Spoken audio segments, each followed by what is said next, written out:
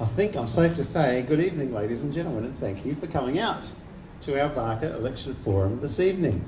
Welcome to those of you here in the room at Tailem Bend Town Hall, to those of you watching live on the Murray Bridge News Facebook page, and to those of you watching the replay on YouTube, which we'll upload after this event has completed. We won't say this evening has been without its challenges thus far. We of course had a power outage in Tailem Bend, which means that we are testing some of the technology on the fly here. So please be patient as we go, especially to those of you online. My name's Peri Strathearn. I'm the Managing Editor of Murray Bridge News, and this evening is brought to you by your independent local news service, Murray Bridge News. If you haven't heard of us, then jump on the website www.murraybridge.news. Pretty straightforward. As you would know in the room, we write a lot of stories about the Murraylands each week.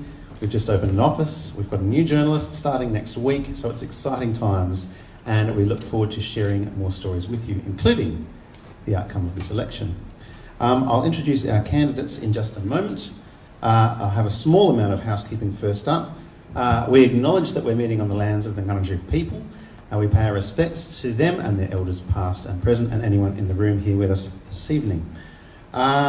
If you need to use the facilities during the evening, toilets are over here. Emergency exits are along this side of the hall and at the back. Obviously, we know that we're allowed to attend public events without a mask these days, but if you would prefer to wear one, you're welcome to continue doing so. The format for tonight will be pretty simple and will be slightly shorter than planned as well. We hope to finish up by about 9 p.m. Basically, we'll throw it open to questions very shortly from the audience. I'm not sure how well we'll be able to follow along with questions from online, but my colleagues Kurt and Jordan down here will keep half an eye on the stream as we go. So if there are issues that are cropping up repeatedly, we'll see if we can get them to our candidates.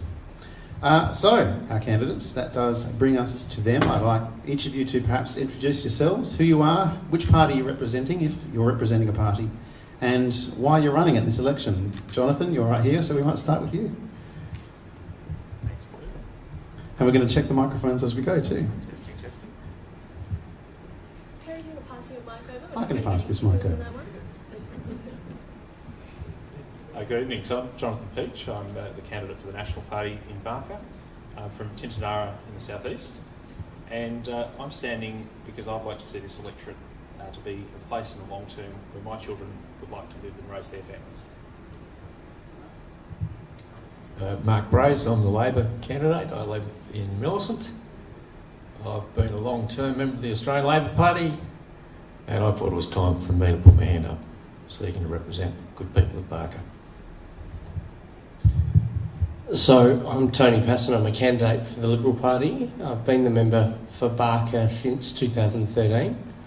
In 2013 I set myself the challenge to make communities across Barker even better places to live, work and raise a family. Like Jonathan, I'm focused on my children and their ilk. I took my first steps in Barker and I watched my daughters do the same. And that's my focus every single day. Hi, I'm Maddy. I'm an independent for Barker. I live in Mount Gambier, so we've just realised that Barker is the biggest electorate ever when you're trying to see everybody within 4 weeks. I'm running for the simple fact that I don't want to spend another year sitting on the couch getting annoyed at politicians for what they do and don't do. I'm at the point now where I think we need to elect people into politics and not politicians. I've got a 5-year-old stepson and my career's been working with children in residential care. I often watch them have themselves removed from their family and loved ones, and I've been one of the secure adults in their life, and they've got so many disadvantages, but my aim is to make our community for them somewhere where they can grow up and thrive and be strong people. And I want to stop government overreach, so that's me. Hi, I'm Kim Hanton. I'm the Australian Federation Party's candidate for Barker.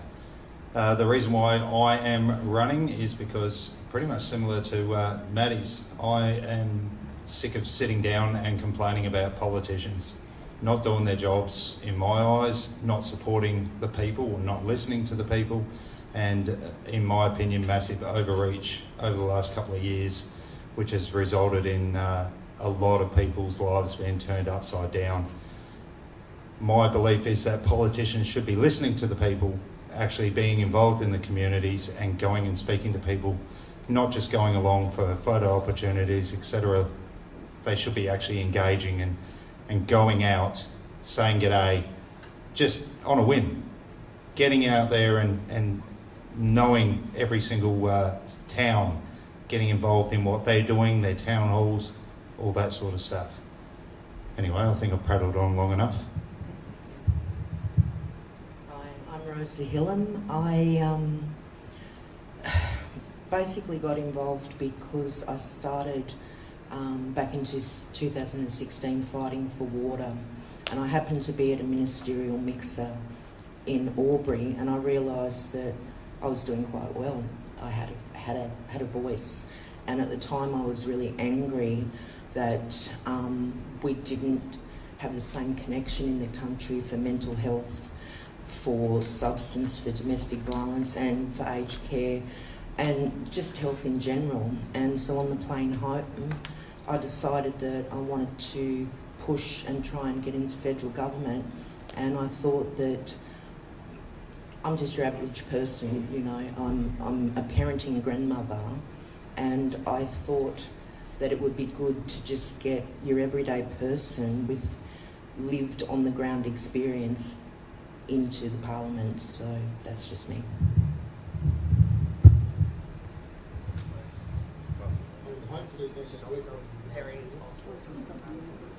All the individual mics should be working. Now, yes, we're told that the individual microphones should be working, and our candidates online, we will get to you in just a sec, but let's check that everyone's making noise here. Hello? Yeah, I'm on. Yep. Testing. There we go, excellent. Thank you, Jordan. Well done to you. And now we're going to really test the technical abilities. We've got Vince Pannell, the independent candidate, is online, if I'm not mistaken, and I'm not sure whether David Swiggs, the United Australia candidate, has joined us as well. I should have mentioned earlier that we do have a late apology from Carlos Quaremba, the One Nation candidate. Unfortunately, a family sickness means he won't be able to join us this evening. He had planned to Zoom in as well. Vince, can you hear us? And can we hear you? I can hear you, don't know if you can hear me. We're just turning you up a little bit, but I think we're getting there. Keep speaking so you've got a bit of volume that you can work with. Thank you. How's that sounding better? Thank you very much. So, we can see you on the screen here in the hall, and hopefully you can see us as well, I'm not sure. Yeah, perfectly, thank Wonderful. Well done to Jordan again, 2 points. Could you please just tell us who you are and why you're running, Vince? you. Okay. So my name's Vince Pannell, and over the last few years I've been watching this country go down the gurgler. Eventually I got to the point where I thought I'm not going to have a future for my children. I have 6, in case you're wondering. And it was time that the people started actually running the country, not the politicians, because they have been doing a really crap job of it. So we need to get a lot of stuff back, our infrastructure back, we need to get our Australian spirit back. There's so much that we need to do. We have the technology now where the people can actually help and assist in running the country. So someone had to stand up, and I looked around and thought, well, if no one else is, I will. So that's why I'm here. Thanks very much, Vince. And do we have David online at all? Not at No. this stage? All good. If he does appear during the course of the evening, we'll be sure to check in with him as well. Because we have 9 candidates in Barker and 7 who are participating in this forum, we're going to try and keep all our answers short, sharp and shiny if we can, so that we can get through as many different issues as possible. Some of those issues Murray Bridge News has brought up over the past few weeks. Things like housing, healthcare, climate change, aged care have come up in the reader survey that we did. But I'm going to throw it open to those of you in the audience at this point. If there are issues that you'd like to raise with our candidates, find out about their positions, then I encourage you to do so. My colleague Kurt over here has a roving mic. So if you would like to ask a question, please just tell us who you are and what you'd like to know. Do we have any brave volunteers to go first? In the back row. Okay, my name's Faith Coleman, and I thought I'd ask one that Peri's very familiar with, given the fact that he reported on it at the time, which is the carp herpes virus plan, and how each of you feel that should progress, because it's still sitting there. It's There is an option to release a virus to kill carp throughout the Murray-Darling Basin. Of course, the majority of the carp are actually in the lakes and Coorong, or maybe the lakes and around Murray Bridge. So it'd be good to hear from the candidates what they felt about that. Thanks, Faith. I might actually throw to Tony first. Do you know anything further about the plan? I haven't heard any updates in the last year or so, but is there anything you know? Well, Faith, you'll recall it was going to be Carpageddon, and there was a Carpinator, and got a lot of media attention, no doubt. There's been a heck of a lot of work, importantly scientific work, that's been done in relation to it. And I think we can start with, I'd be surprised if any candidate didn't think removing that noxious pest from the river system was anything other than a great idea. The problem is the practical reality, and you know more about the ecology of the river than I'll ever know. But the challenges are this. The biomass of carp in the river is gargantuan. Quite frankly, you couldn't fly a rocket ship over how much carp and biomass of carp there is in the river. The virus is effective, we know that, to about 90%. There's a risk that by releasing it we would create a super carp that was resistant. As a farmer, it's wireweed resistant Roundup, or Roundup resistant wireweed potentially. But the real risk is the practical reality of how we get that dead fish biomass, should we release the virus into the river, out as quickly as we can. Anyone who's ever fished for carp in the river or seen some dead carp along the side of the river or floating in the river, it doesn't take long before it's a slimy, horrible mess. And just to put like a number on it, roughly, or some relativities, we're talking about a biomass that looks something like the South Australian wheat harvest. We use pretty big machinery to get that off and into trucks and around. I'm not sure we've got that machinery to be able to do that. Some say we should release it progressively. Start at the top, clean that up, work down, or start at the bottom and work up if you like. The problem is, as we saw with myxomatosis, well-meaning individuals we know will go and fish infected carp and go and release them up north so as to do the right thing for their ecology. Before you know it, I think we'll have a very messy, very stinky river. Not to mention, we think about 10% of the fish will hit the bottom of the river. So I think great idea, but one of those ideas that looks great on paper, but when you try to implement it in reality, it's just never going to work. Rosa, I know that you live on the lakes. You know a lot about the river. Yeah. What do you think about the idea?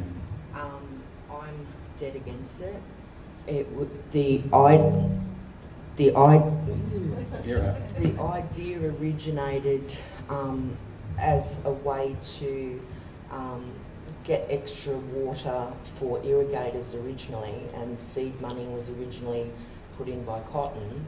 But my problem with it is the fact that I agree with Tony wholeheartedly that the sheer amount is just going to be incredible. The thing is that they rot. Animals like birds and that will eat them. There's no guarantee that they're not going to move it around and eventually it infect other animals. And there are so many other different technologies that are in play and being looked at. But the other thing too is these animals are now part of our system, and if they were all eradicated virtually at once, then the fish that are there naturally would also be destroyed, because there would be blackwater events, and also they then become the major food. So I just don't think... Big food chain changes in a short time. Yeah, I just don't think that it is a viable idea, and I know that they're working on sex changes and other ways of doing it, and I think they're more practical, and I really believe this was just something to gain more extraction from the Murray. Are there any candidates who feel strongly that the virus should be released into the river, that the carp virus should go ahead? I see a couple of shaking hands. You have to be in that case. putting it out there. Kim does not agree. No. Well, I think we've... I can add context. I don't agree either. We've had some discussions lately with local people in the area who have actually had some pretty innovative ideas around making manures and stuff out of it. That sort of stuff can increase production, jobs and everything, and it's stuff that we can look at for sales. The idea of, I agree with Rosa, and Tony, we're going to end up with carp rotting on the bottom of our oceans, but we need our riverways, but we need to look at something that potentially can increase jobs and income as well. So there are innovative ways and local people in the area who have got ideas on how we can actually do it to create sustainable futures for people, but also get rid of the carp at the same time. I actually spoke to one of the Murray Bridge locals. Is this actually working? Yes, you're on. I spoke to one of the Murray Bridge locals. He's actually been helping me campaign, and he had an idea of actually fishing carp out and turning them into fish meal and fish oil and doing tests, etc. The thing is, he can't get a fisheries licence. So there are options out there that we maybe should be looking at. But releasing a virus, I don't really understand how humanity hasn't learned that can backfire. Seriously, after the last 2 years, we haven't learned from this? I think we've got a quick comment from Tony. Oh, look, he doesn't need a fish licence. It's entirely lawful to remove. In fact, it's illegal to return carp to. About processing. Well, that's a matter for local government authorities. At any rate, we've got a fair degree of unity. Carp virus, bad idea. We've had enough of viruses lately. Thank you very much. Do we have any further questions from the audience? Who wants to go next? Anyone?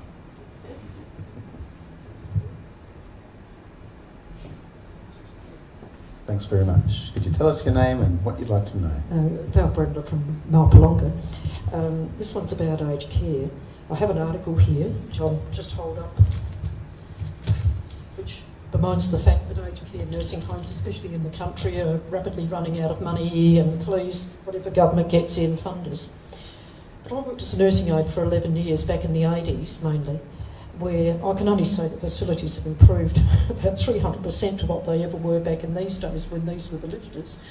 I would like to see each candidate say just exactly what they're going to do to hold private nursing home owners accountable for the huge amount of money that they get in their nursing homes, both by the patients and their families and the governments, and that we don't see owners still getting around in their new Mercedes and their lovely homes in Burnside, and their kids go to private schools as they did back in the 1980s. Thanks, Val. Who'd like to go first? Well, Mark? is that on? Should be. We'll turn you up a little bit in a second. Is that okay? Well, I think we've heard a lot about this during the campaign, and Labor's spoken a lot about it. We all understand there was a Royal Commission into the state of aged care in our nation, and that report was headed neglect. And neglect happens when you ignore something you shouldn't for a period of time.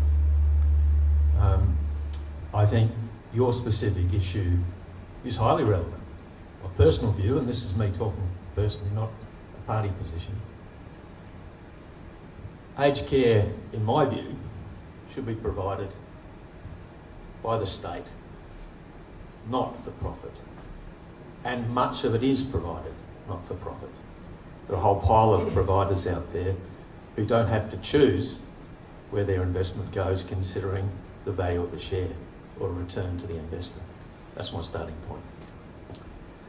I'm an old socialist born in Broken Hill, so it's not surprising that that's what I might see the world. We love you. Yeah, I know, Tony loves me.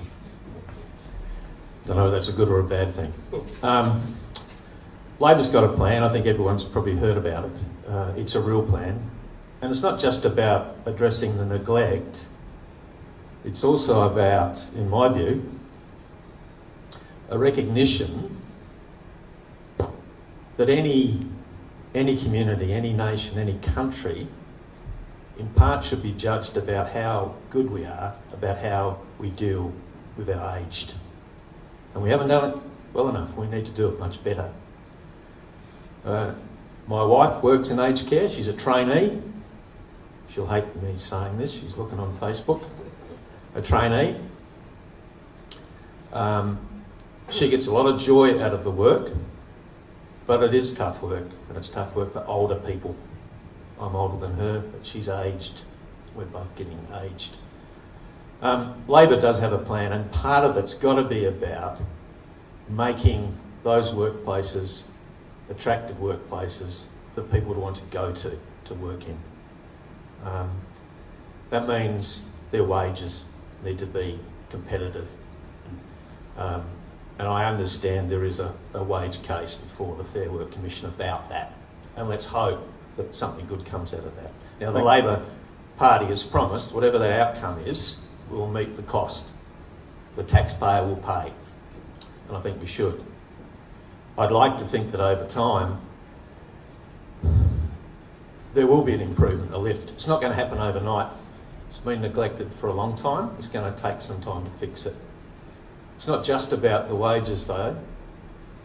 One of the things that really struck me about the Royal Commission findings... I'm sorry to draw you to a close, Mark. Sorry. We probably do need to give the other candidates... Yeah, sorry, I'll call that. I forgot we're supposed to be quick. I'm an ex-lawyer, So Peri, might be called a wannabe socialist, right? But if we could start again with a blank slate with aged care, I think Mark is right. It's the view I've shared at community town hall meetings a lot, that we would simply have not-for-profit providers in this space. I would prefer not-for-profit providers, but one of the challenges government has in the aged care space, which I should say, by the way, funding for aged care has gone from $13 or so billion in 2012-13 to $30 billion this year. The Royal Commission has provided certain recommendations, and we've said that we'll provide a further 19, so from 13 to 30 to what will be 49 over a prospective 5 years. Now, the reason why it has to be 5 years, quite frankly, is because you've got to build capacity in the system. Labor have a commitment. I think it's a worthy goal, but to have nurses in locale 24/7 at every aged care facility is not something you can achieve by simply switching on the lights. Now, the reason I say I would prefer not-for-profits only is because every time we step into the aged care sector, and we've had to in recent years to make sure they've remained viable, we see that drop straight down onto the profit line of private providers. Not-for-profits see that invested back in the facility, but not-for-profits take that away as profit. Now, of course, we can't simply provide additional funding to not-for-profits. It has to be across the sector, and so that's trouble. But I must say, one of the great privileges I have is achieving funding for extensions and renovations at aged care facilities, whether it's at Minya, at Manham, whether it's Lurwin, at Murray Bridge, whether it was a facility at Meningie, Bowendick Lodge, others. Now, the final point I want to make, I think one of the glaring omissions in this space is the facilities that are run by the state, Mark, and that's, I'm not blaming governments here, we've had various state governments, but the worst facilities I visit, in terms of the building, I'm not talking about the staff inside them, are those that are in existing hospitals. Because effectively, and if you ever go to Narracourt, or indeed the aged care facility at Manham, compare that to Arminia, and compare the one in the Narracourt Hospital to Longridge. There are no comparisons, and that's because the federal government provides that capital to upgrade those facilities. Next time you're at Keith, have a look at what we've been able to achieve there, a total rebuild of the aged care facility. Aged care right here in the hospital at Tailem Bend, of course, as well. Candidates, does anyone else have... And I should say, just on that, Peri, that's managed by state governments because it's in the state hospital, and that's the point I was making. Thank you. Jonathan, you want to jump in? Yeah, I'll jump in here. So I did answer this question when Peri posted through the Murray Bridge News, and I'd raised two that was brought up with me a couple of times today in the Riverland, including that while the outcomes of the Royal Commission were needed, they have provided a significant jump in benchmarks on existing facilities that people now have to try to deal with in a very short space of time. Sure. But one of the things that I'm quite, I suppose, excited about what the current government's been able to achieve with home care packages, and something I think we need to work on more so from a regional point of view, to focus on a regional stream for that, is keeping our aged in their own homes, in their own community, with the people they know for as long as possible.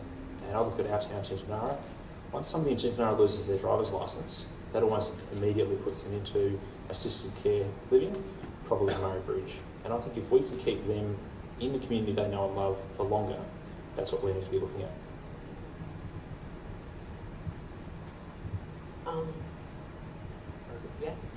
I just wanted to say that I agree with pretty much everything that's been said. We basically believe that it should be a non-for-profit, and me personally, I was lucky enough to be able to keep both my grandparents at home. Being Italian, for me, it was important to do so, but there are so many people that don't have that opportunity, and when our elderly go into care, they need to go into care, they need to have respect and dignity, and we believe that it should be non-for-profit. We believe that they should have at least 418 minutes, which still is not enough, and we believe that there needs to be staff to resident ratios that are appropriate. Thanks, Rosa. Now, I can't see whether Vince has his hand up or would like to speak either. Yeah, I would actually. Thank you. Certainly, go ahead. So we're talking about non-for-profit organisations. One of those, which is what I used to work for, right up until a certain rule came into play, which also knocked out a lot of the staff for relevant aged care. The new working at home scheme that's being introduced at the moment, that's a very interesting process. I can tell you from working with a non-profit organisation for in-home aged care, we do not get finances required to do this. We do not have the ability to get people from the distant country towns out to or into Adelaide for various surgeries at 6 o'clock in the morning. We do not have the infrastructure around that currently is required in these local towns. To even do that, we need to be able to get specialists back in down here. You have to understand that we've got an ageing population. Nobody's mentioned the baby boomers. We're all hitting that age. So there's going to be a lot more. So the increase is going to be there in costs no matter what. We actually need to deal with that, and that has to be done by bringing services closer to the people, not centralised in one big location that nobody can access. The cost of transporting is just horrendous. So there's lots that needs to be re-investigated on this. Thanks, Vince. And that does lead into a broader question about health services as well, I guess. But Maddy? I'm going to answer this question a little bit differently than everyone. Coming from a community services background, one of the biggest things that stops us being accountable in regards to where money is spent is the fact that, is my mic on? Client feedback is never taken into account. We have all of these forms that state clients put feedback on here which would state, okay, so we've received funding and the stairs haven't been put in, or whatever is needed. The voices aren't heard anymore, and that's our issue. We have forms and templates in every NGO I've worked in, not-for-profit. You have forms and templates for staff to fill out if they've got issues within the workplace. You have forms and templates for supervisors and for clients. But the thing is, you fill out those forms and they get lost in a system, they get filed in a drawer, they get filed on a computer system, and nothing ever gets done. And that's the issue, is this money goes in, but there's no accountability in no sense of where it goes at the end of the day. So my number one focus would be focusing on family and client feedback within those things to make sure they're actually getting what they need. Yeah, I'm just checking my mic. So, in relation to the whole aged care and medical, any investment made by the government should be chased up. So we should know where all that money's going. If we're spending money on resources, we should be having some form of understanding of where that money is going. The fact that people are upping the spending in relation to government contracts, so if you're buying things like NDIS, people who need certain equipment, that is costing more money because it's a government contract than what it would if you're buying it yourself. Government needs to put pressure on those people providing those services to not up it just because the government are spending the money. Because at the end of the day, the taxpayer is paying for that anyway. So we need to look at that. Nursing staff is a major issue because you've got to train them, you've got to get them out there, you've got to get the carers out there. If we are losing those staff, we need to be able to have that rollover. So we need that incentive for people to come out, especially rural, And doctors are another issue because doctors need to have more incentive to go rural. I've just heard that the Blanchetown service, they had a doctor that went out there once a week. That's been cut.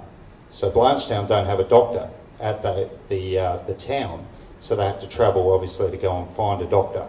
And we all know how hard it is to just get into the doctor, get a damn doctor's certificate. Sometimes you're waiting a week. So these issues need to be addressed, and I think part of the reason that we're having half this problem is some people obviously not keen to get jabbed, so we've lost staff in relation to that. So we've got to work on it. It's a massive mess. I think the health system, especially rural, is a mess. So that's my 2 cents. And I agree with pretty much everything everyone else has said. We've talked a bit about a need for more accountability. At what point is it a private sector issue, a state government issue versus a federal government issue? I'm not sure if Tony or if any of the other candidates have a view about what the federal government's role is in all this, or the federal parliament. I'd just like to touch on the accountability issue before. My wife and I have got a daughter, our youngest daughter is in the NDIS scheme. I was actually discussing this with Tony at Prepol last week. There is certainly an abuse of expenditure levels within that scheme that needs to be addressed. We've achieved some great outcomes through the scheme, but we also are horrified at times to see the double dipping of travel claims when we know that the provider's been to 2 other people on the same day, yet we have a full travel claim on our bill. So I don't necessarily have the answer to that, but I do think there definitely needs to be some more accountability around that, and probably a reflection on actual market pricing, a comparison to actual market pricing based on what the providers are invoicing. Actually, can I just add to that? Just on that point, I totally agree with you there, and I know a lot of people that are having that trouble. But just going back to aged care and home packages, a lot of the aged care people that I've been talking to, they have their home package, and it might involve having somebody come out and clean their house. But they have to go around and they have to roll up carpets, they have to move things, they have to do that, they have to do something else. The person comes in, wipes over everything and is gone. That's it. And so if you've got an elderly person, they shouldn't be doing the work first, but there's been that much stipulations put around OH&S and this, that and the other, and that really seriously needs to be looked at, because if you're going in to look after somebody who is aged or disabled, then they shouldn't be doing the work first before the person goes in and gets paid. So that's a really big issue, and it's very commonplace. So, Peri, I just want to address a couple of things. So, whenever federal government funding is provided to any activity or endeavour across the nation, I can assure you, if it's, for example, funding for Jalara nursing home that was provided recently, that applicant, namely the nursing home at Meningie, has to account to the government, and there is a audit process that takes place, and if anyone's ever been subject to that, I can assure you it's very detailed. In fact, we get a lot of complaints about how detailed those processes are, but I remind people this is public funds. These aren't private contributions or profit otherwise. This is yours and my taxpayer dollars, and so there needs to be that level of accountability. In terms of the NDIS, I agree wholeheartedly that this is a system that has been built effectively the equivalent of building the airplane while you're flying it. It's a world first and world best insurance scheme. It's the equivalent of Medicare, except it hasn't been built over 35 or 40 years. It's been built over a fraction of that. And I think it's the Parliament doing its best work, quite frankly. It was the Labor Party who designed it. and it's the Liberal Party who ensured it was fully funded. And it's grown, by the way, from $8 billion to 32. And on anyone's measure, that has delivered improvements to disabled Australians. Now, is there a need, as that program develops, to get the integrity measures right? Absolutely. But that's also across some other spheres. We spoke about aged care before. One of the bugbears of my office, and we get it often from older Australians who are on aged care packages, is they get their, if you like, statement. And the statement will say 30% administration fees. I mean, it's costing $150 or $120 or $150 an hour to get someone to cut the lawn. But the organisation that's managing that exercise is clipping the ticket to the extent of 30%. Now, please don't ask government to do that, because it'll probably cost 40 or 50%, right? I'm not someone who thinks government does stuff better. It doesn't. I'm small government, not big government.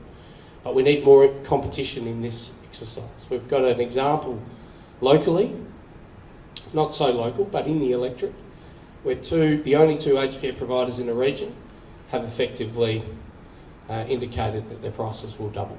Now, it seemed to happen at the same time, but it's happened, and we need more competition in these places. And I've got to tell you, I'm sure we'll get to this point, but whether you're working in aged care, healthcare, manufacturing, farming, agriculture, horticulture, I'm sure all of the candidates have had this feedback as they've travelled the electorate. People are struggling to find people to fill these roles. So we're in a situation where finding the added competition is quite a challenge at the moment, and I'm sure it's something, population policy, unemployment and growth, that we'll get to talk about shortly. Thank you, candidates. Vince, we'll throw to you. Right, sorry. Competition. Wonderful thing about competition, it is great for turning down the price or driving prices down. It's also a great way of destroying decent care. So we have to be really careful about that. As to the comment of a couple of the organisations, I think I know who you're talking about. The reason why their prices is doubled is because their costs have doubled. So being able to supply in-home care for people and being able to do it properly doesn't just involve walking in the door and mopping. Part of the reason they are asked to roll up things and help shift furniture is a mobility reason. I sort of half agree, half don't agree with that. The other part about this aged care is it is accompaniment. It is having somebody to speak to or being locked away in homes. That's a part that the government does not take into account. You have to remember these guys have paid taxes all their life. So for the government to say that this is costing and this is more and that and less, that's just crap. If you'd taken the super funds that you embezzled out of all of us in the first place and left them where they were, we would have the money for that. So anyway, that's just my point. Thank you, Vince.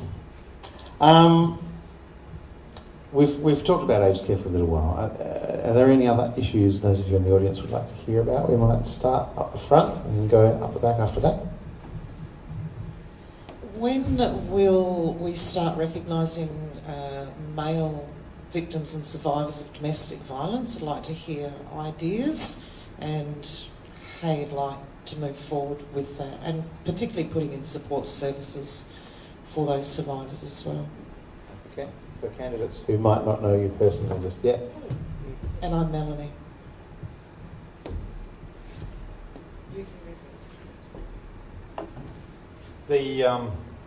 When you're talking about male domestic violence, so males being the victims of it, yeah, just want to make sure.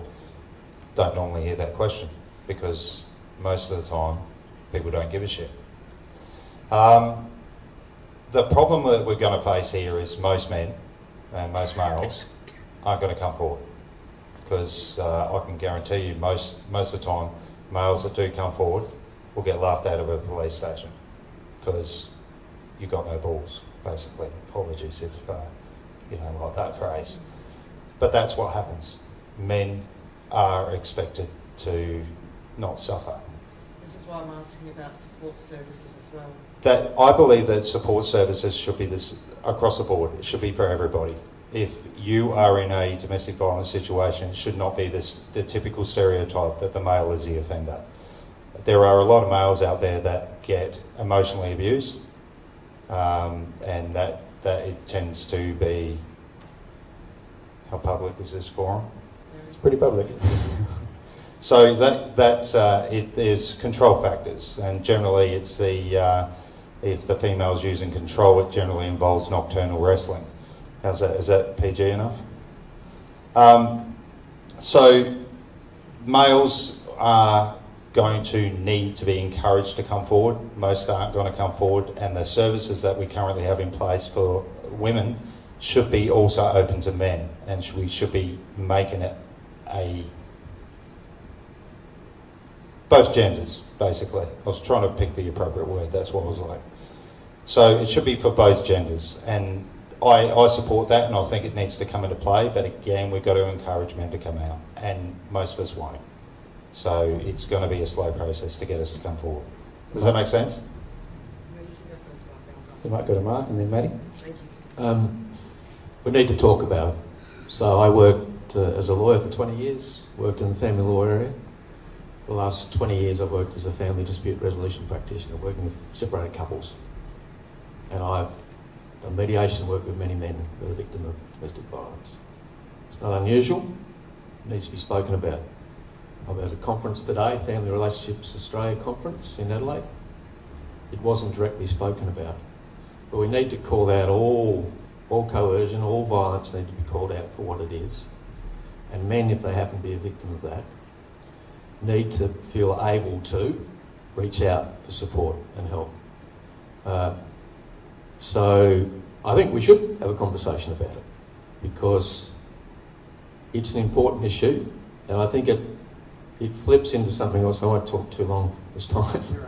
Something else, which I think is this whole issue of violence, control, coercion, which overwhelmingly is perpetrated by men. And it's an issue of our culture. And sometimes we see it play out in the political sphere. Sometimes you see it play out in Parliament. I'd like to see parliamentary discourse become more gentlemanly, more sober, more cohesive, more collaborative. But men are the victims of violence, and they shouldn't be ashamed of that, and they need to be supported. Thanks, Mark. Maddy? I worked within a homelessness centre, and I was actually very excited to see that more men than ever before are actually coming forward as victims of domestic violence. The heartbreak is I worked in a place where though we don't have services to offer them. You have women that have domestic violence houses that they can go to in the middle of the night. They have support packages around that. I believe that as a society that we have done a lot of work around domestic violence, and men are feeling more comfortable, but we run the risk of losing that if we don't meet packages for both genders. I believe that it's about time that if we're willing to have domestic support packages for females, we need to have it for males as well, and that's something I'll advocate for wholly. Because you can imagine if a male leaves a relationship and he's brave enough to seek help, and we as a society, a community, can help him, can house him, can give him counselling, he's actually going to be willing to talk to other males about it, and we start that conversation. If we don't have the support, the conversation goes, well, what was the point of talking about it because no one was there to help me? So for me, it's something that I will advocate for strongly, that males, I'm proud of them, and that we need to make sure that the packages are met for both genders. Now, I'm sure Mr. Pasin would like to respond. And I wonder if in your response, Tony, you could, obviously you're much more familiar with the culture that was brought up in Canberra than any of us in the room. I wonder if you could perhaps speak to what your experience of the parliamentary culture has been, as well as your thoughts on the issue. Yeah, can I just deal with the issue and then I'll get to that question if you don't mind. So what you're talking about is institutionalised bias. Kim mentioned it. You would hope in a perfect world that a victim presents at a police station and they're treated as a victim, not as a male victim or a female victim. They're treated as a victim and they're treated the same irrespective of their gender. It should be completely agnostic. But the reality is, it's not, because it's institutionally biased. So I just want to say I acknowledge that institutional bias. Can I say that the services you speak of are delivered by principally state governments? Mark and I share a background in the criminal law. I've probably spent, I've practiced as a criminal barrister plenty of times. plenty of times. I saw examples where instances had occurred, but the preceding behaviour, which ought to have been reported to police, wasn't, and it was the retaliation that became the offence dealt with. Can I just say one area that I think is important that the federal government does have responsibility, by the way, in this space, is the Family Court of Australia. And can I tell you, nowhere do you see, in my view, and being respectful to the justices, because I'd hate for them to put me in contempt of court, I think there's institutional bias inside that vessel. And I think it's very hard for advocates on behalf of men, a lot harder for those advocates, lawyers, representatives, than it is for mothers or women. And sometimes there's good reason for that. Children are very young and, there's those maternal issues. I think that's something that needs to be addressed, and it's made all the worse because the family court processes seem to go for years. And I can never understand why I could prepare a murder case or defend someone facing a murder charge and that would be all stitched up in 12 months, but family court matters that should be dealt with equally quickly because we're dealing with children, their emotions, their development, which drag off over years. And of course we tried to split the courts up, but of course the justices reacted angrily to that and thwarted our attempts. On to your question, Peri, about culture. There were a number of instances over the course of the last term of Parliament where I've got to tell you, shocked me because it's not the Parliament House I go and work in and have worked in and have had the great privilege to work in for 8.5 years. But clearly they occurred. Now, I'm not going to talk about those matters that are subject to court matters, there are trials proceeding, but there are some in which perpetrators, I'll call them that, have admitted it. I mean, how someone could perform a sex act on a Member of Parliament's desk, it's just disgusting. And that's not the Parliament House I recognise because I don't see it. I'll tell you what upsets me the most though, is I have staff for whom this must be much more than a job because they put in a lot more than they should be expected to do in terms of hours serving constituents. And you look at the candidates, but often it's the work of the staff that achieves wins for someone on Centrelink or other issues. Increasingly, I'm getting staff who come to me on a Monday and saying, I went to the footy on the weekend and I copped a heck of abuse about going to Canberra with you last week. It must be, And it's the fact that this, behaviour is treated as something that occurs by every Member of Parliament, every staff member. It's quite horrible. All I ask people is to judge me on what you know of me. There's a reason potentially why you don't see me on the front page of the paper in terms of travel reports or these things or these other things. And if I do ever appear in those places, if I'm given the privilege to continue on the 21st of May, judge me harshly, because you should. Because you should only send the best quality individuals to represent you. Ultimately, there's 120,000 of us to choose from. Thanks, Tony. I think we can all agree that, flat out, don't abuse the staff. Play the issue, not the man or the woman. Rosa? And I'd like to really thank you for bringing that up because it isn't something that people talk about, but it's not a small issue and it has not just happened in the last 10 or 20 years. It has been ongoing and everybody deserves to be treated with care and respect no matter what sexual preference, no matter what gender, because nobody is immune. Nobody is immune from sexual harassment or violence or abuse, and everybody should be treated equally. I'm into that. Now we did have a question up the back. If you could tell us who you are, in case anyone doesn't know, and Thank you. what your question might be. Thank you. John Illingworth is my name. One thing that interests me is I've heard a couple of comments about the increasing size of the electorate of Barker, and obviously that's to capture the requisite number of voters, and the same thing has been experienced in the state campaign, where we find more and more people are moving into the greater Adelaide area, and that leaves less and less people in rural and remote South Australia. So my question is, how do we stem the flow of people from rural South Australia into the greater Adelaide area? And how do we go about building wealth in our communities to encourage people that are there to stay? Thanks for that, John.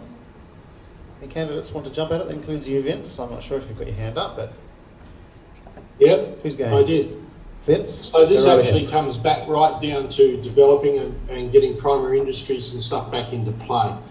What we're seeing here is a lot of our primary industries suffering, not being able to do that. We're not teaching the people currently that we should be educating, would be a better word, educating more people to be able to work back in land. We need to be bringing up our secondary and our tertiary industries back out into the country. People are moving out of the country because they can't find reasonable work here. So they're going to the city to look for something. Barker has grown because of that movement, and we know that, and it makes it harder for us to control the electorate. So, industry, bringing it back, bringing our infrastructure back, bringing all that stuff back is the way to bring the country back. We need to, as I said, get our young farmers out onto the farms. Not the old folks that are moving on, but we need to have new generation of farmers. Otherwise, we're not going to have anything here. And with a new generation comes all those other industries with it. It's really that simple. We just have to promote and teach. Farming is a great life. It's a hard life, but it's a great life. People don't understand that. So the good life is there, but just a matter of promoting and attitude changes, I guess. Yes. Yeah. We'll get to another question from the audience in a moment, but candidates, population decline, growth? I'll chime in on that one. You know, I've been doing this now for 5 years, and retention in our communities and retention of our young people is a big one. But it's not just farmers in our communities. It is our aged care system, our hospital system, our retailers, and so money doesn't just need to be fed in rurally, but what we need to do is have a plan to attract our doctors, to attract our nurses, to attract desperately needed psychologists and psychiatrists, and so there needs to be measures put in place to make that attractive and make it effective. And this is just a personal, I'm not going to talk as a Green, but I've talked to a lot of people, and one of the suggestions for actually getting to retain doctors is by actually allowing them to go and train and not end up accumulating a huge debt. But then if they agree to go and work in a country town, they have to spend a minimum of 5 years if they want that paid for. And it's been suggested that if you get a new practitioner into a town, if they're there for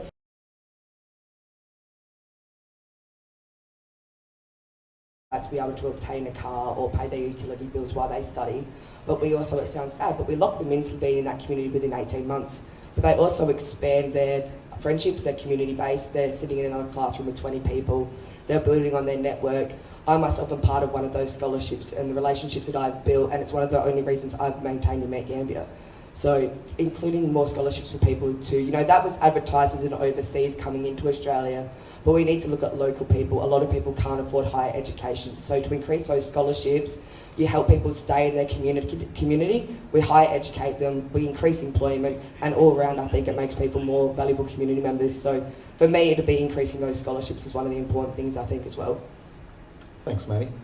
Just a point, please. Yes, Vince? Sorry, I had to try to jump in there. All good. Just for information, because I was spouting statistics a minute ago, the Mid-Murray area actually has 9% higher aged population over 65 than anywhere else in the state. So effectively the people are moving, the elderly people are moving out of the cities into the country to retire. And that goes straight back to our aged issue, just as a point of reference. Thank you for that. And another issue that I did want to lead into from this point, just quickly, and we'll get to our audience member in a second.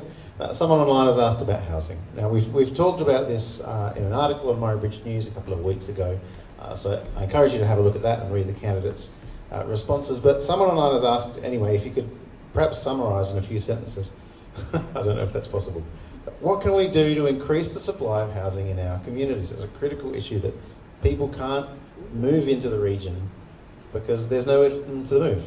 What can we do? I think we all just need to be really quick on this. We're all aware it's a big issue, and we did give you the statements. But one thing is, the pandemic has increased people, as Tony mentioned, coming across the border or investing in real estate, and it's fantastic. But the thing is, they're rental bidding local people, low income, and a lot of people aren't even living in these houses. They're buying houses just to.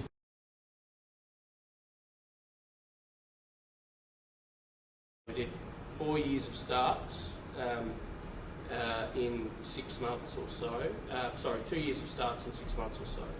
We also need to do all we can on other fronts in relation to getting people into their first home. I think private home ownership is the best thing we can do because it provides a home to live in for retirement, a stable home so for children to grow up in.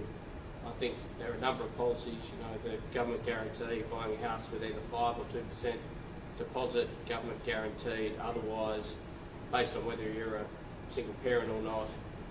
And most recently, I think a policy that I've got to tell you, I fought for a long time. Home first, super second.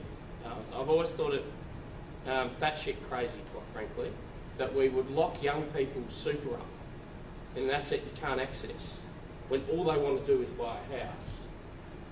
Surely, if you sat a young person down, gave them some financial advice, and they said, they told you what their priorities would be, the priority would be home first, super second.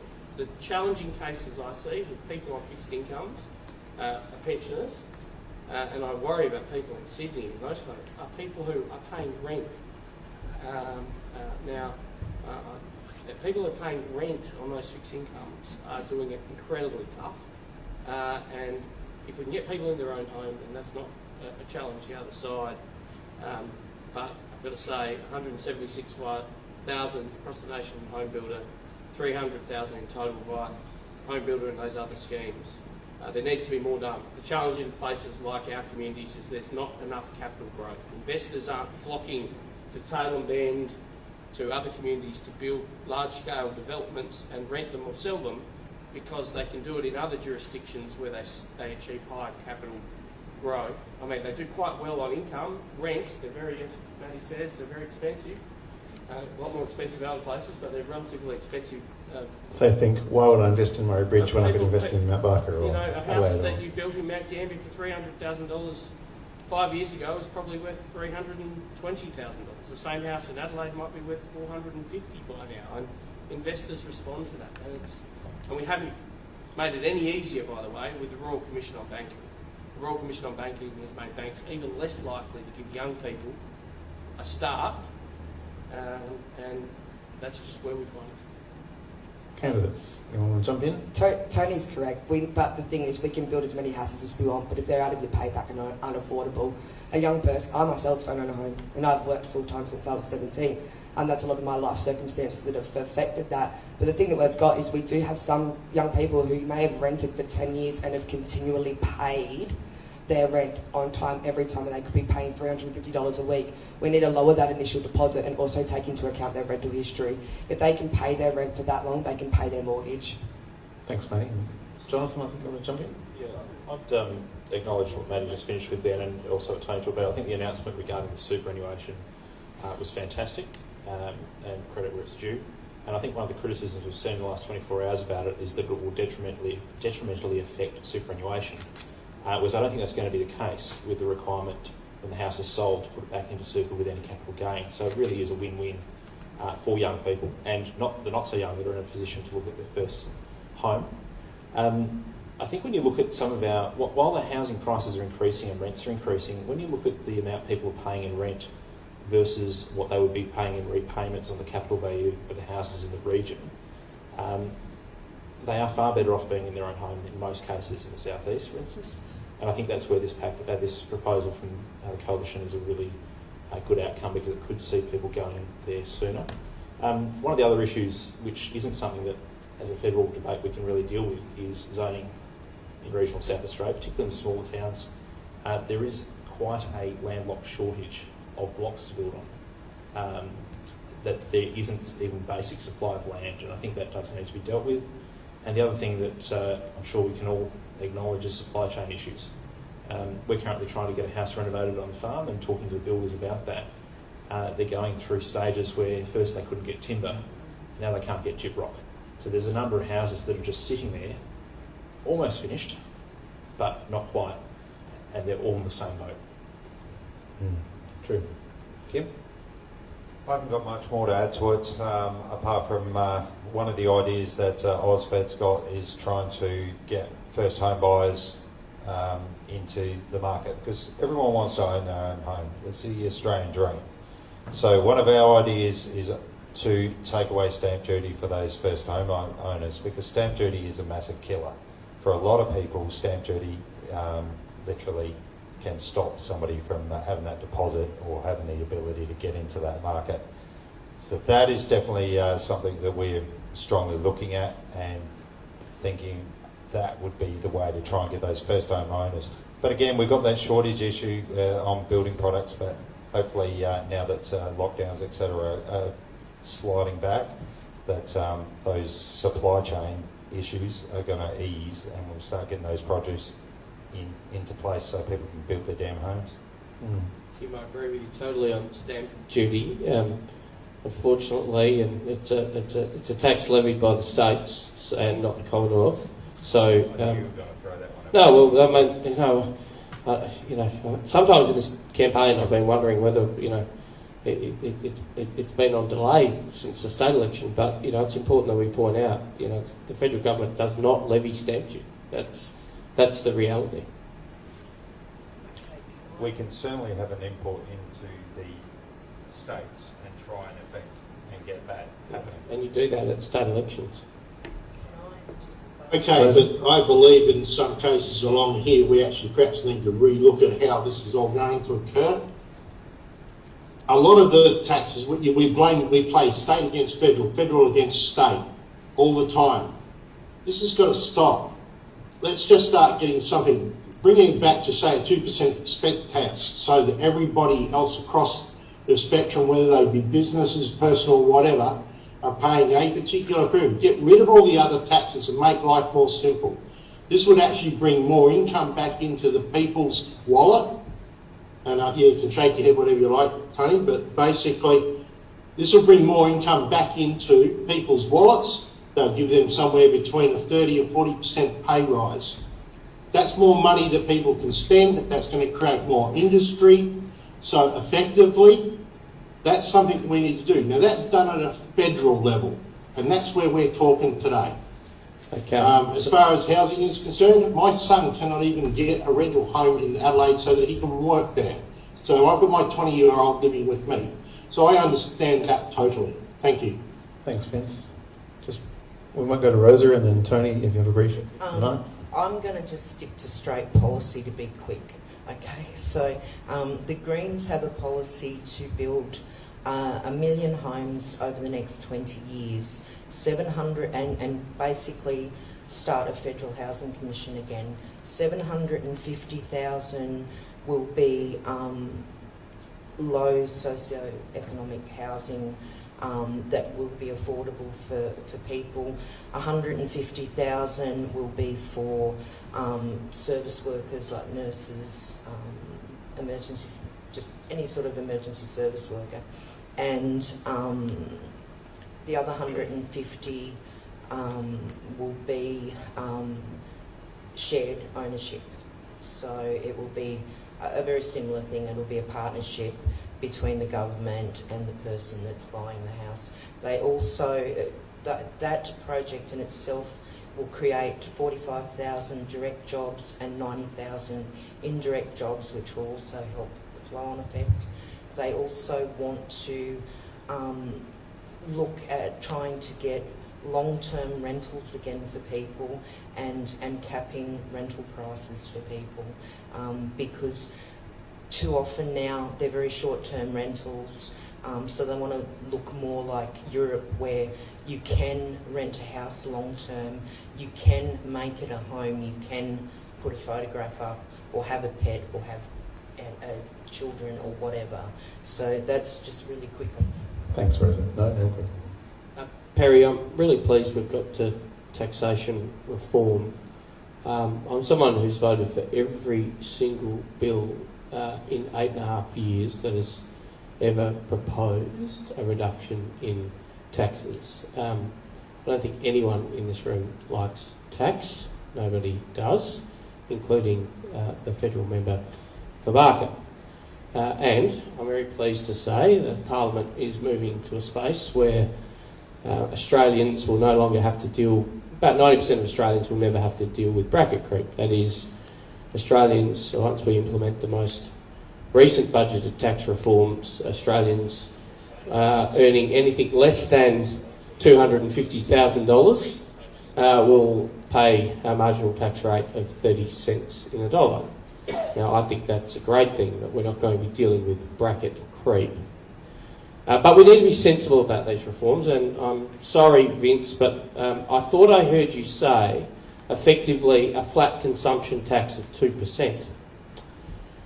We have effectively a consumption tax in this country. It's the GST. It's not levied on everything. I wish it was. I wish it was broader, but it's not. But it's levied at 10%. So if what you're suggesting is we got rid of every other tax and just had a consumption tax at 2%, we would be getting rid of every single revenue source for the federal government, and we would be reducing the revenue source for the state governments by 80%, because of course the GST in full goes to state governments. And I, for one, would love to transition to more of a consumption-based tax system. I think one of the problems with our taxation system is it punishes entrepreneurial effort. The more you work, the harder you work, the more you are punished, right? But the reality is, the way the GST is structured with the states, if we were to raise the GST to, say, 15% and get rid of some of the indirect and ineffective and inefficient taxes, Kim, like your stamp duty tax, and when I say we, like state and federal governments now, the states would take it all, because that's what the deal about the GST says. Every GST dollar that's raised goes to the states. And so this is why I say tax reforms has to be done sensibly, because I've got to say, as much as I hate federal taxes, I very much like the idea that we have a federal defence force. I very much like the idea that we have funding for roads. I love that we spoke about the importance of aged care, disability, the NDIS. I can go on, if you like, including the single largest bill that the Commonwealth pays every single fortnight, which of course is welfare.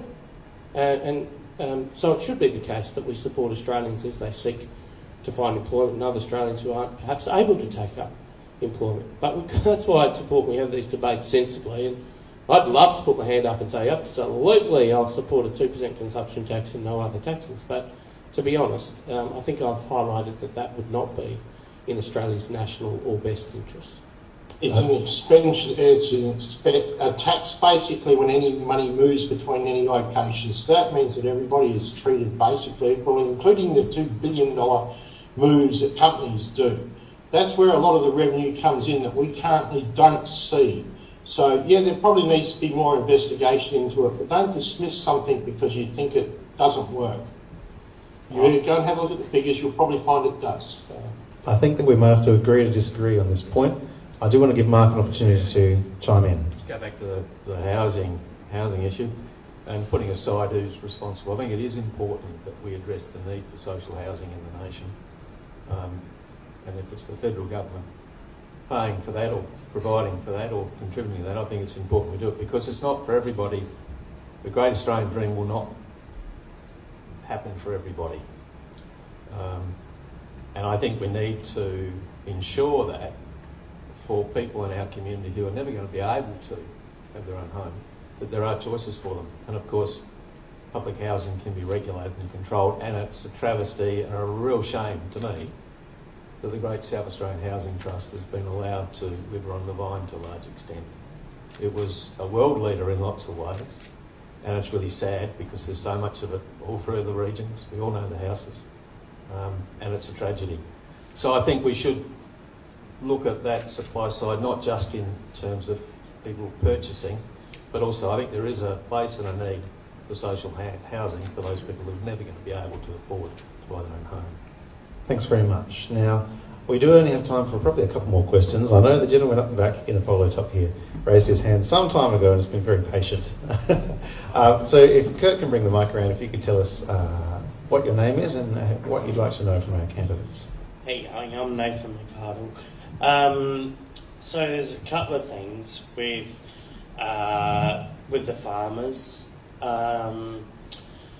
with the grain prices going up, and with the kids that are on the farms and seeing their dads and mums and probably their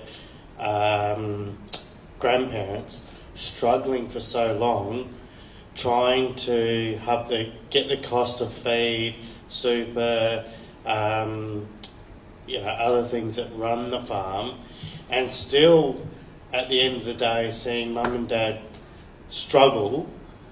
The kids are looking at them and going, I don't want to do this.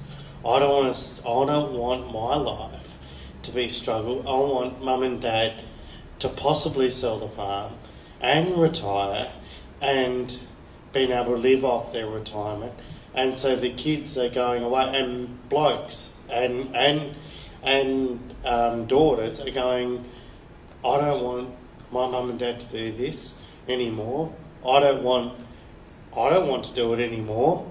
So therefore they sell the farms to other investors, and whether they're offshore or whether they're big privatised businesses that are buying the properties or leasing, whatever they're doing, the kids are going, well, hang on a minute, I don't want to do this anymore because I've seen mum and dad struggle because of the prices going up and up and up. It's a difficult question, Nathan. Do you have a question for our candidates? Well, I'm just saying, what benefits are there for regional farmers? What support's out there for what's for farm the households? support there? You go on about the communities and the for regional communities. Well, if the farmers aren't there, you don't have the community there, okay? If they're selling their farms up, there is no community. Towns are shutting down, schools, primary schools are shutting down. Canalpin is nearly no longer to what it was 20 years ago, okay? A few of our towns. All those sort of regional areas, Peak, all those sort of areas are shutting down because of it. Thanks, Nathan. I might throw it to Jonathan first, if I could. Thanks, Peri. I'm actually quite keen to answer this one because I'm a first generation farmer, and when I tried to enter farming, what are we now, probably 15 years ago, as a 17, 18-year-old, everybody told me not to. It was a dying industry, it's not what you should be doing. And I think we got it wrong, particularly in probably not the last 5 years, but the decade prior to that. We don't have a farm management training facility in South Australia anymore. I was going through that when it shut down with a few weeks' notice. So most people now would have to go to Victoria if they wanted to do agricultural management training. Agriculture has a great story to tell, but we need to be telling it. And it's a growth career. There's some great opportunities out there now for young people to learn on the job, and we are seeing a lot more young people come back into it. Yeah. But I think going to the question you asked, the struggle street farming has been a thing, and it will probably happen again because farming does go through a boom bust cycle, and farmers are often quite asset wealthy and cash flow poor, and that can be a hard thing to deal with at times. But I think through better training procedures, through looking at it more as a business, even if it is a family farm, there's greater opportunity. Now, the farms that I manage, we've we are much larger than it would have been. It's what would have originally been 5 family farms. But through innovation and through improving what we've got, we've now got the same number of families back on that land that would have been there 30 years ago. And I think we're going to see more of that happening, so that we will see town growth in regional Australia through innovation and through a change in mindset about what agriculture can be. Thanks, Jonathan. Any other candidates? Tony? There are challenges and headwinds in agricultural sectors. So right now, Southern Rock lobster fishery is struggling with coercive action by China, the wine industry also. But in many of the other agricultural sectors in Barker, and I'm looking at some people who've been in those sectors a long time, and I'm the son of and an active member of our farming business, it is, in terms of prices, as good now as it has ever been, subject to pound for pound wool. People are telling me they're selling 5 and 6 month old heifers for $2,000. Wow. $250 lambs. Wow. As a result, I'll tell you what I'm seeing in regional communities. I'm seeing the average age of farmers going down because women and men are returning.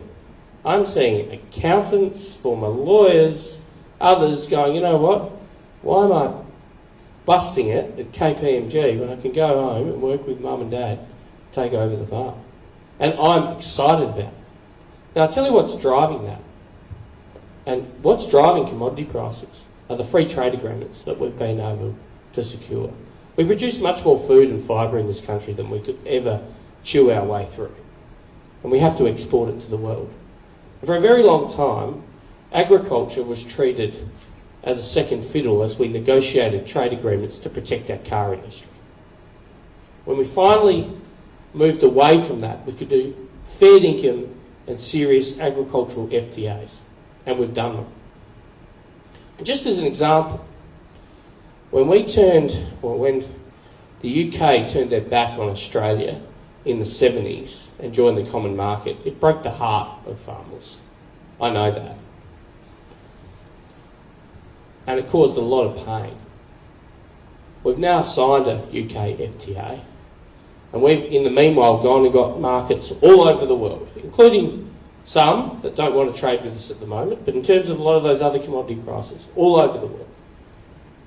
And just on sheep meat, if we took every single animal in our flock tomorrow, we slaughtered it, it wouldn't meet the UK FTA sheep quota. Agriculture is about to go through a once-in-a-century intensification. Jonathan just told you about some of it, but it's going to happen across agriculture in Australia. 90% of beef in America goes through a feedlot, about 10% of beef in Australia goes through one. Intensification is going to come, and when it does, we'll see what Jonathan's talking about in terms of our communities. And the good news is, the other thing that's held agriculture back for a long time is an unwillingness for capital to flood in. Right now, do you know farms are selling without them even being on the market? Investors are investing in downstream processing. I've got to tell you, there are some headwinds in some places, and we've got to work very hard to find alternative markets for rock lobster and wine and some other sectors. But in terms of the others, I've got to tell you, I don't reckon there's ever been a more exciting time to be in agriculture, particularly food. But I come from a forestry region as well, and quite frankly, at the moment, our mills are working 24/7. They can't work hard enough. Any other candidates want to chime in? Rosa? Yeah, I'm going to try it a bit differently. I totally agree with what both of you have said, but I also understand where you're coming from as well. What I'm trying to... Perhaps we could just take the mic back to you in a moment, Nathan. I do see you shaking your head at the back.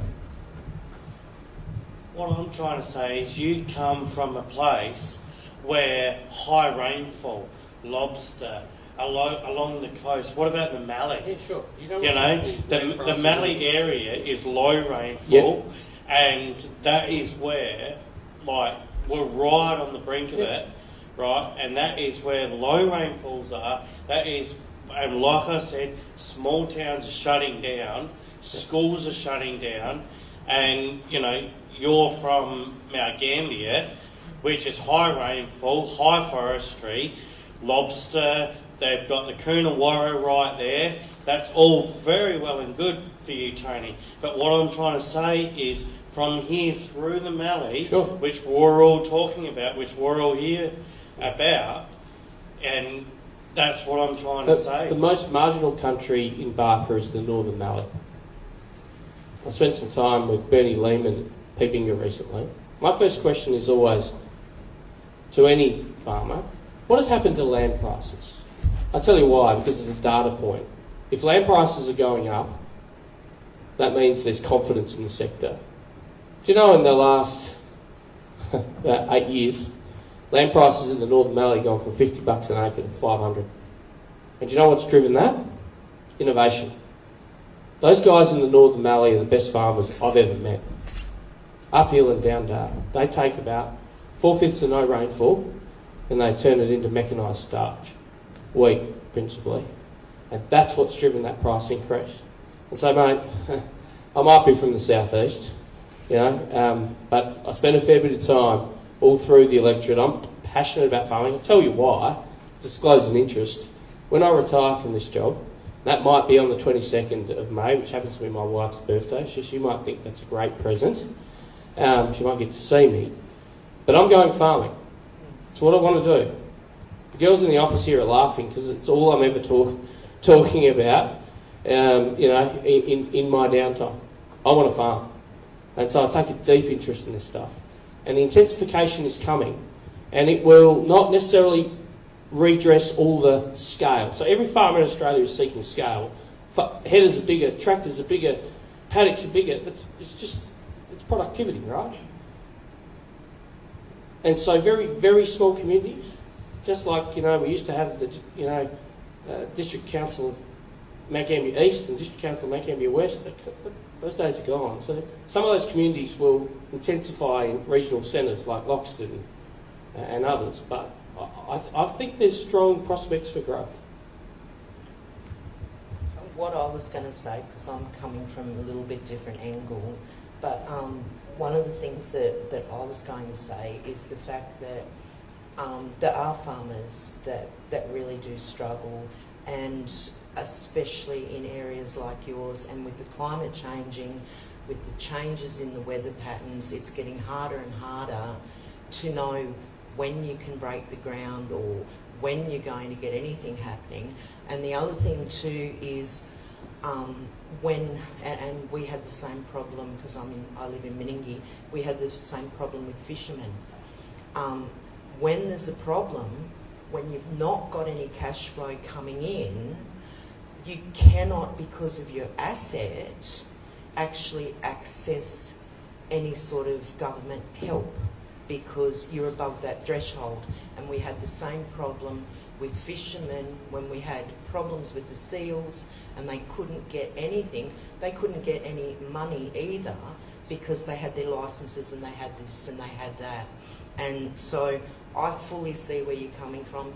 And the other thing too is the small family farmer has to really work and work bloody hard, because all these big multinationals, they're coming in, they're buying up farms, they don't utilise communities, and they don't need the workers. So I do understand where you're coming from. Towns are shutting down. Exactly, and so I do understand where you're coming from, and that's why one of the policies that we do have, which probably everybody knows about, is raising the rate, which we actually want to raise the rate to $88 a day for anyone on any sort of income support. But we also want to take away a lot of the punitive measures, and we want to take away a lot of the stoppers, so that people, when they need money, they can actually get it. And so I think I know I heard a lot years ago when we didn't have water and we were trucking cattle off to slaughter, not because there wasn't food, there wasn't much of that either, but because we couldn't give them fresh drinking water. And so I do fully understand that. And I think it's something, especially small farmers, I think it's something that really does need to be addressed. Thanks, Rosa. Kim, a quick comment if you like. Yeah, what AusFed are hoping to try and do is bring in new industries and encourage new farming, but also restrict foreign investors buying up Australian farms. We want that land worked by Australians, and so that the produce, etc., is staying where it needs to be and there's work there. That's what we want to do. We don't want foreign investors buying up land like you were just suggesting there. But also there's potential in relation to hemp. We want to try and get, not cannabis, hemp being grown and manufactured and utilised for resources such as building materials, paper, all those sorts of things, which is also beneficial to the environment. Thanks, That's my Kim. thought. Maddie, just quickly. I'm going to be really quick because I don't want to take up much time. But mate, I can see you're frustrated. You won't even make much eye contact up here. The point of us being members of Parliament and working for the House of Representatives is to represent you. What do you need, mate? What do you want? Look, it's for the country regional person. Okay, country roads, dip tie roads. You know, we've got highways that need to be upgraded. You know, between Mount Barker and Watertown. You know, that needs to be upgraded. Like it needs to be a dual lane all the way through. You know, the amount of accidents that go on that road is phenomenal, and I know that there is a formula for roads, how many deaths there are to the roads until they actually fix them up and spend money on those roads. There is a formula of how many deaths to how much money, or when they actually do the upgrades of roads, because I've been in Parliament and listened to that. But then also for the regional farmer that that are struggling, and the towns that are struggling, the primary schools that are struggling that just end up closing, the farmers that end up going, well, this is not viable anymore, and it's a 3-generation farmer. It's they make more money off selling the farm than what they do running it, and that's their retirement, and that's trying to keep the farm going every year with the cost of utilities going up and up and up. Thanks, Nathan. We will take that as a comment. Now, the night is getting older, and it has been a long election campaign, and I'm aware that each of you have a real sprint to the finish here. We will have time for one more question from the audience if we've got a quick hand anywhere. Up the front row, thank you. Sandra Douglas, I'd just like to ask about everyone's views on the mandates for vaccines for workplaces in particular. Fuck the mandates off. Thank you. There's so many people that have been forced out of their work, and that's nursing, aged care, everything. So I'd like to know everyone's opinion on it. I'm sitting here because those mandates are the reason I don't have a job, so it's one of the big reasons I'm here, and it's put me into it. No one should ever be coerced into taking an experimental vaccine just to not have scientific evidence. So for me, it's the first thing I'm banging my hands on the table about when I get in there. We'll deal with the rest later. I have to agree wholeheartedly with Maddy. The mandates are wrong, in my opinion, and certainly in the opinion of a lot of the people I've spoken to across Barker. They have forced people out of jobs. There's been a lot of information that's been hidden from the general public in relation to those vaccines, if you can call them that. I don't agree with them, and I think that considering that the science behind it all, which I'm sure will come up in a minute, if you've been jabbed, or if you haven't been jabbed, you can still carry the damn Wuhan special, if we can call it that, and you can still transmit it. So why the hell can't people who haven't been jabbed still do their jobs? They should be able to still do their jobs. There is no reason, there's no science behind them not being able to do their job. So yeah, absolutely. I think the mandates are out of control. I think it was a massive overreach by the government, both Labor and Liberal, and every sitting member in that parliament, in both state and federal levels, if they didn't stand up and say something at that time when they were watching what was happening, then they didn't do their job. And we've been through 2 years of the reason why everything is costing so damn much is because we've been locked down, because the economy's been damaged, because small businesses have shut, because farming has been damaged due to not being able to work the land or sell the products. I mean, wheat farmers not being able to sell wheat because they haven't been jabbed. And then you've got whatever dictator Dan's doing over in Victoria. Thank you, Kim. Sorry. I'm just going to quickly. I can't help myself.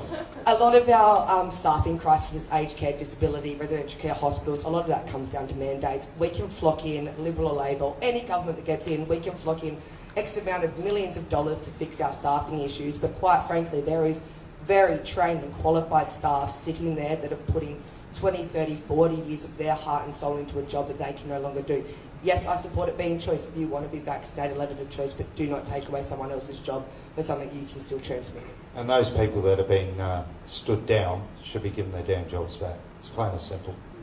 Thank you, folks. Okay, so my part on that, sorry guys.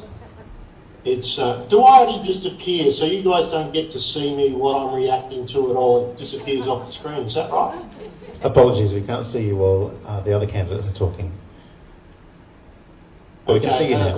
Right, okay, so well in that case I have to wholeheartedly agree with what these guys have said. Basically what the government has done is called coercion and blackmail. That is illegal. Right, whether you say it's via the state or via the federal, it is still illegal.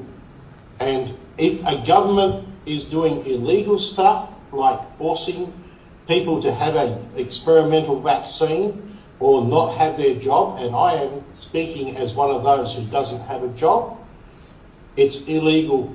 A government doing illegal stuff should not be a government anymore. It's time for you to leave. Thank you for your thoughts, Vince. I'd love our Mr. I think we all respond. need to answer this question. So, look, I'd love your email address. I'll send you a copy of the speech I gave in the House of Representatives on this issue, in which I said medical procedures should always be about choice. I called the regime at the time mandates by stealth, and I called on the Marshall Liberal government to end it. Happy to send you a copy of that. That was a speech given in real time. At a time, by the way, I've got to say, it was reasonably unpopular for members of Parliament to be speaking out, but I didn't have a problem with that. One of the advantages of being a backbencher is you can speak your mind. But it is also important that we understand, I mean, it's very easy to lump state and federal governments together and just under the ambiguous government. But these were state health directives. They were issued by the South Australian, in this case, state government. Did I like them? No, I liked them about as much as my good friend Senator Alex Antic. I didn't like them at all. Now, am I vaccinated? Unlike, no, I am. Triple vaccinated. But that was a choice I made. And one I made absent any coercion. And I've got to say to you, by the way, for those of you who, for your own reasons, may not have taken the vaccine, part of the reason why I took the vaccine is because I wasn't feeling vaccine hesitant. And so I knew some people would. Well, again, my choice, Kim. I wasn't feeling vaccine hesitant. But I knew some people in the community would. And at the time, the South Australian state government was telling us we wanted to get to 80% vaccinated and then we could get our freedoms back. So I figured, I'm not feeling hesitant. I'm happy to take the vaccine. That leaves more headroom for other people who might not want to. That's important. But in any event, I'll send you a copy of the speech. It was written up in the Tiser, you can see it, local papers. Pasin calls it mandates by stealth. And what disappointed me most is that these mandates were, by stealth, were about driving up vaccination levels even higher because they were imposed at a time when we were past 80%. I really struggled with that. And so I made those statements in the House of Representatives. I'll get you a copy of it. Other candidates? Rosa? Yeah, look, I don't agree with the mandate as such, but people can put a mandate on, but you still have choice. And you do. You have choice. You can laugh or you To laugh. dial work, thank you. Tell that to the people that lost their jobs. Just give her a second. But I didn't interrupt you. Sorry, okay? I do apologise. Yeah, we're all entitled to our own opinion. This is mine, right? When the mandates were brought out, while I don't agree with anyone being told what they can and can't do, I still, to a certain extent, understood, because if we go back to aged care and if we go back to the vulnerability of people in aged care, then I thought that it was an important thing that if you are going to work in an aged care home with our absolute most vulnerable people, well then you need to be vaccinated. And that's all there is to it. It was my choice to get vaccinated. It was my husband's choice to get vaccinated. And those people that chose not to get vaccinated, they knew that if they didn't get vaccinated like yourself, that you would be out of a job. But it was still your choice at the end of the day. Is this going up on YouTube later? This is going on I can YouTube agree with later. that in the fact that basically, how do you say choice when you're putting a family's survival on the line? That is not choice, is it? You have the choice. You have the choice to either have a vaccine, and this vaccine, while you all choose to say it's unproven or untested or whatever, it may have been a shorter period than what we're all used to, but it had been tested. And the thing is, we now look, everyone's entitled to their own opinion, including myself. I happen to know quite a few people that are either scientists or doctors, and I trust in them. And so if they're saying that it's safe, I'm still here. So if I can help to quell it down for those of you that are not vaccinated, well then that should be a positive. Jonathan or Mark, would you like to chime in on this? I can jump in. Respectfully, Rosa, I would disagree that when somebody's employment is on the line, I don't consider that that's a pretty narrow choice. The South Australian Nationals have held the view since the state election, which we published at the time that we did oppose the mandates. I'm vaccinated, other members of my family are not. I think it should be up to the individual to make that decision. I'm very concerned with how this pandemic went from we're all in this together to us versus them. My brother had his first vaccine in order to go back to work in a school and had pericarditis as a result of that and could not get an exemption.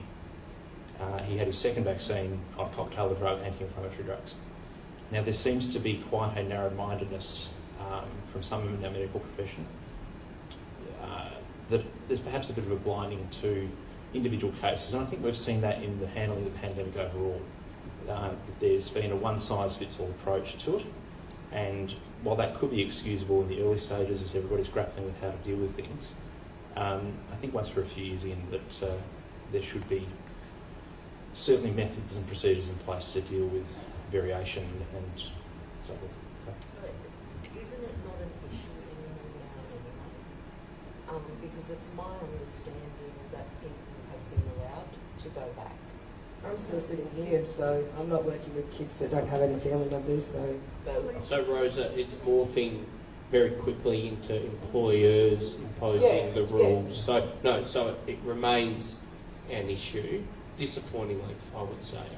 I had hoped excuse me for this, but I'd hoped, on what I'd been told, that we would get to 80% double dose vaccinated, and that would be the normal move on. I mean, I haven't inquired, Maddy, whether you've taken the flu shot or not, and I don't much care, because it's none of my business. You probably don't give a shit about whether I've taken it either. So I want to live in that kind of world where if I want to protect myself, and that's the decision I make and come to freely, and it's one I make of my own free will on my information, and others might think that's ridiculous and dangerous and silly, but it's one I made, then I want to do that. The and choice then is there, Steve, correct, yeah, and that's all we need, the choice. And I was hoping to get to that point, but and we need to get there, quite frankly, because I think Jonathan's comment was the best one. But yeah, I'm sick of this. transparency. I'm sick I'd like of to this say, divided please, Australia. if I could. to be honest. Sorry. Vince, just quickly. Yep, okay, so effectively, yes, it is a choice that needs to be made by people and the elderly do need to be protected in that respect. They also need full informed consent, which means not 75 years of hidden papers. Also, to say this is a state or a employer thing is wrong, because we have a section in the Constitution that you should well be aware of that says that we cannot mandate any sort of medical procedure. It is clearly specified in the Constitution. So you're saying we're breaking the Constitution. Isn't that a federal law that trumps every other law in this state? Well, look, I'm happy to answer that. If Australians feel like they're aggrieved and actions are taken by any government, and in this case, Vince, you're suggesting an action was taken by the South Australian state government that's contrary to the Constitution, then the Constitution is there to protect you. It's not a federal law. It's there to protect you, and the High Court upholds it. Now, that's a matter for individuals to take to the High Court. Mark. So yeah, I'm vaccinated, but sorry. I said this is a bit like an AA meeting or something. This is my position. This is the part of the problem. I'm Mark and I'm vaccinated, yeah. But I think it's a tragedy that people who do not wish to be have effectively been forced out of employment. And that's impacting on people who need care. And there are ways of protecting those people. So I think it's unfortunate that people have been forced out of work because of their conviction that they didn't wish to be. That's my position. Mm. I think that just about brings us to a close for this evening. Thank you. Peri, before we do, can I just bring Yes, out please. on one thing? So, can I just, I've gone to my notes, and sorry about this because government's a big thing, right? And I just want to highlight one thing on the housing question. You know, I mentioned, look, housing is a responsibility of the states, social housing, and it is. I just want to highlight one of the frustrations I have, and it's evident in this statistic. Each year, the federal government, whatever ilk, whether it's, green, red, blue, purple, whatever, provides assistance to the states across this nation to the tune of $1.6 billion under the National Housing and Homelessness Agreement. Now, that $1.6 billion is meant to provide social housing. Now, I live in South Australia, albeit regional South Australia. I actually live in a housing trust area of Mount Gambier. Let's break that down by states. That's got to be at least $100 million a year for South Australia. We're a pretty small state, but 1.6 billion is 1,600 million, so 100 million is probably a fair call. Do any of you actually think the South Australian government, whether it's been red or blue in recent years, has spent that money on social housing? Because I don't think they have. But I can tell you they've received it, as have other state governments across the country. And this is one of these great frustrations. So you mentioned the Duke's Highway and duplicating it, something that I've come out and called for during this campaign. It's on the Infrastructure Australia list. So it's a project that Infrastructure Australia, which is an independent authority, thinks is a good thing to do. But it's got to move to the priority list. And the only way you move it to the priority list is for the South Australian state government to make it one. So, and I think I'll get some agreements from a number of independents and minor parties around here. COVID has brought into real focus for every Australian the failings of the Federation. I've known them for a while because I'm a bit of a nufty on these things. But how you can end up handing over a cheque for $1.6 billion for homelessness and housing and actually go backwards every year? I don't know. I think it comes back to accountability. And that's where we actually need to hold every member of Parliament and those people and those bureaucrats accountable for the money that they receive and the money that they are spending, so that we know where that damn money's going, because it's taxpayers' dollars. I'll just tell you, none of the money ever flows to Canberra. It all flows from Canberra to state governments. Rosa, you mentioned an integrity commission. Yep, we tried back in 2010 to get legislation through for a federal integrity commission, and we desperately need one. And I know you were talking about state, but we desperately need a federal integrity commission so that we can actually look into where a lot of this money is going. Can I just address that quickly, Yes. Peri? Because, the ICAC, as it is called, has been operating in South Australia for some time. I just think it's interesting that two politicians who are facing criminal charges, one of them two sets of separate criminal charges, these are state members of Parliament, after an ICAC investigation, both not only were re-elected at the recent South Australian state election, but had their margins increase. So I think that's a measure of what people actually think about these forums. I'd much prefer, if there's fraud, for the police to deal with it. It's what the police are for. But I just think it worth... I find it bizarre, but it's truth. You can go and check it. It's the independent member for Narungga and the independent member for Mount Gambier. They're both facing proceedings currently. One of them, two separate sets of proceedings. Both of them have come out of Independent Commission Against Corruption, independent investigations. Both of them faced the people in, this year, March this year, and both of them saw their margins increase. I don't know what that says, but it says something. Jonathan, you wanted to say something, and then we'll just call it a night. Yeah, so with the conversation around ICACs, I think that there is certainly integrity measures that need to take place, but Tony's just highlighted the issues in South Australia, which is the opposite of what's occurred in New South Wales, where if a politician's name is linked with ICAC, they almost immediately have to resign. And I don't think that's healthy either. So whatever we do federally, we need something that works, and I probably would agree that the police force, even if there's a dedicated section within the force, AFP, that deals with it, is a much more appropriate pathway in dealing with that. Because I don't think the situation in New South Wales, where simply the mention of a name and connection with is almost immediate resignation from the Parliament, is good for democracy either.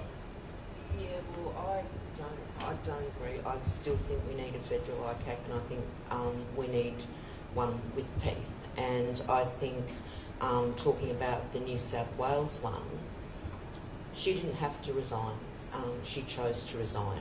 There's other people that have gone through before with a lot less stain to their name that have not resigned and have stayed on. Rosa, a number of high-profile members of Parliament in New South Wales, a number of high-profile New South Wales members of Parliament have been investigated by ICAC, forced to resign effectively, only to be found not guilty. And that I think, is what Jonathan was talking about.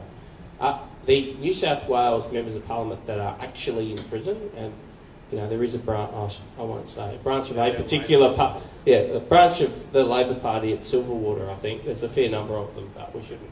We can be unkind because they're guilty of criminal offences. They were investigated by the police, prosecutions brought, sentences imposed.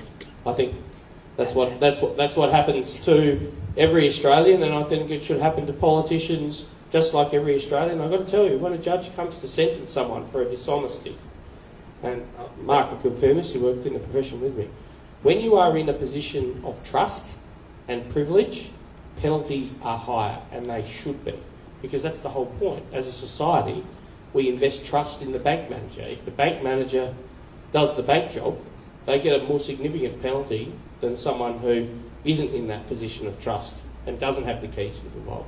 And I agree with you. If it's one person. But if you want to investigate something that's bigger than one person, you need something to go there first. Rosa, the AFP investigates drug rings which run to hundreds of people, pedophilia rings that run to large numbers.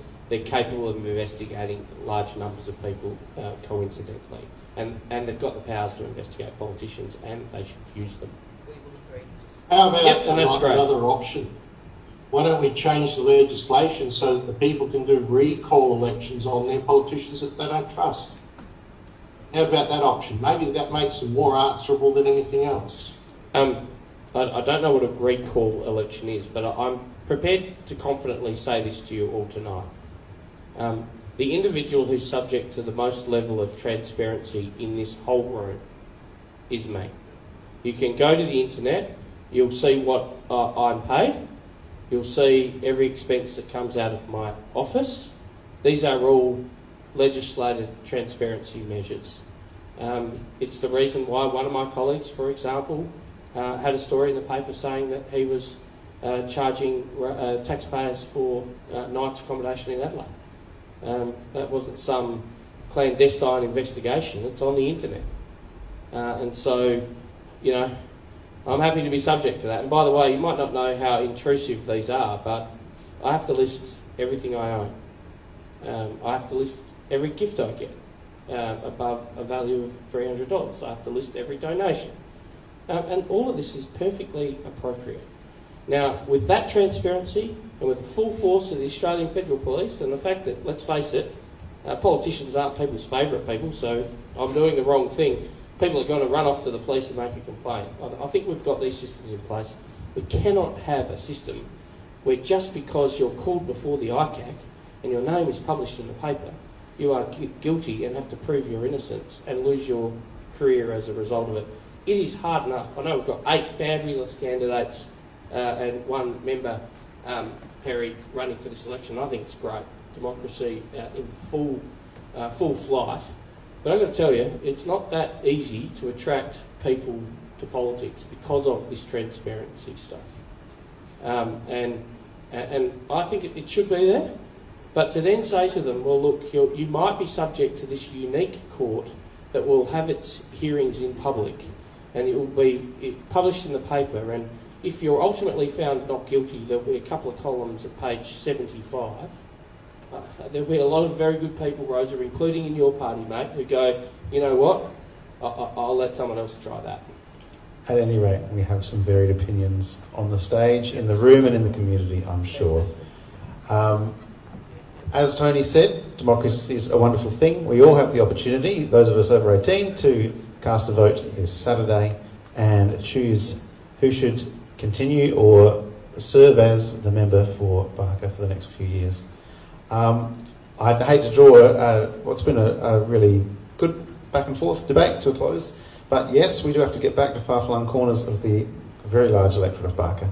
So I'll say thank you to those of you in the room who've attended. Thank you for those of you who watched online or watched the replay later on.